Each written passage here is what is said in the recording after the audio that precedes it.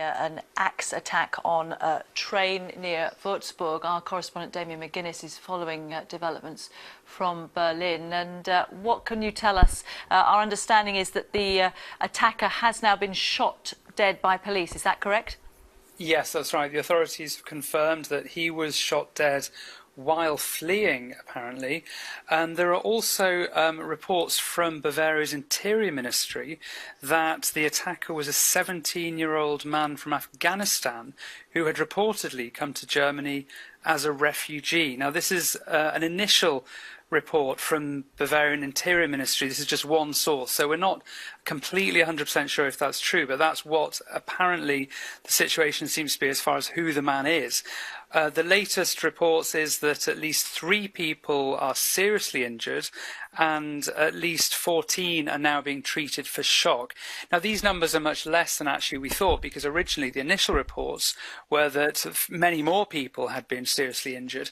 And I think this just goes to show the nervousness that we have here in Germany right now since the recent Islamist terror attacks in France, because there are real fears that a similar atrocity could happen here. What's very important to note is that so far there's no indication that this attack tonight was an Islamist extremist attack.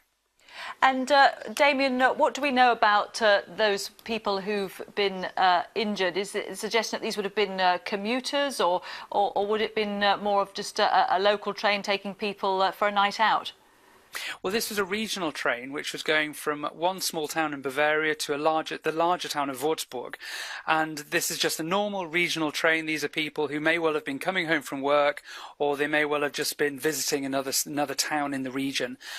So it was a very normal situation. I think what was so shocking for people is that suddenly, out of nowhere, one of the fellow passengers just suddenly wielded this axe and started attacking dozens of people in the train. So it was obviously very traumatic for people who were involved there. Now, the authorities have confirmed that this man has been shot dead, but while that incident was carried on, that must have been a terrible situation for the people in that situation, in that train carriage. What we know now, though, is that so far there are no fatalities, and that's the good news, and also that 3 people are seriously injured, but the fact is it's not more than that, so which is not what we initially thought when the news broke earlier this evening. Indeed. And Damien, you made the point that it seems this was a young man who'd come from Afghanistan. It's very important that we don't jump to conclusions about the motives of this young man. But of course, in the light of events in France recently, people are very concerned about terror attacks, Islamist extremism. And naturally, those thoughts in Germany, where there's been a large influx of refugees, will be of concern, albeit we know very little at this stage.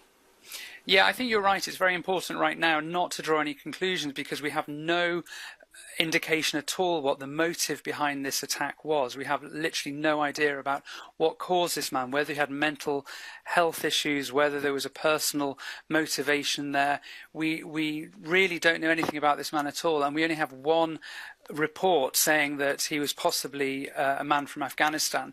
So at the moment, details are very sketchy. So I agree with you completely. We shouldn't jump to conclusions. However, it is true at the same time, there is nervousness in Germany about a potential Islamist extremist attack one day happening here, because it is a fact that we've seen a number of attacks in neighbouring France and across Europe. Many countries have been hit by terror attacks.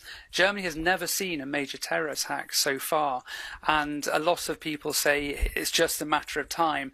That's why any incident of this nature gets so much attention here in Germany. OK, Damien, thanks very much indeed. Damien McGuinness there in Berlin.